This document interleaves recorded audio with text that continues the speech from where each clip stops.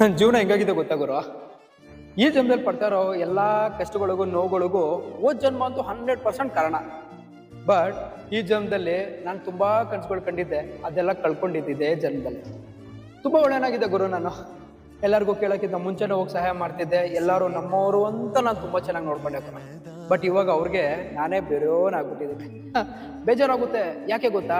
ಬೇರೆಯವ್ರು ಯಾರಾದ್ರೂ ನಮ್ಗೆ ದೂರ ಮಾಡಿದಿದ್ರೆ ನಮಗೆ ಬೇಜಾರಾಗ್ತಿರ್ಲಿಲ್ಲ. ನಮ್ಮ ಜೊತೆಲಿದ್ದಿ ನಮ್ಮ ಒಂದು ಒಳ್ಳೆತನನ ದುರುಪಯೋಗಿಸ್ಕೊಂಡ್ರಲ್ಲ ಅವಂಥವ್ರಿಗೆ. ಸೊ ಏನು ಮಾಡೋಕ್ಕಾಗಲ್ಲ. ಬಟ್ ಒಂದೊಂದು ನಿಜ, ತುಂಬ ಒಳ್ಳೆಯವರಾಗಿರ್ಬಾರ್ದು ಗುರು. ಯಾಕೆ ಗೊತ್ತಾ? ಇದು ಕಲಿಯುಗ. ನೀನೆಲ್ಲೂ ಒಳ್ಳೇದು ಮಾಡ್ತೀಯ ನೋಡು, ನಿನ್ನ ಹಿಂದೆ ಹಂಗೇ ಬೆನ್ನಕ್ಕೆ ಚೂರಿ ಹಾಕೋ ನನ್ನ ಮಕ್ಕಳಿದ್ದೇ ಇರ್ತಾರೆ. ಈ ವಾಸ್ತವ್ಯನ ಮಾತ್ರ ನಾವು ಅರ್ಥ ಮಾಡ್ಕೊಬೇಕು ಗುರು. ಒಳ್ಳೆಯವರಾಗಿರೋಣ. ನಮ್ಗೆ ಯಾರು ಒಳ್ಳೇದು ಬಯಸ್ತಾರೋ ಅವರು ಖಂಡಿತವಾಗೂ ಒಳ್ಳೆಯವರಾಗೇ ಇರೋಣ. ಫಾಲೋ ಮಾಡಿ ಸಪೋರ್ಟ್ ಮಾಡ್ರಪ್ಪ.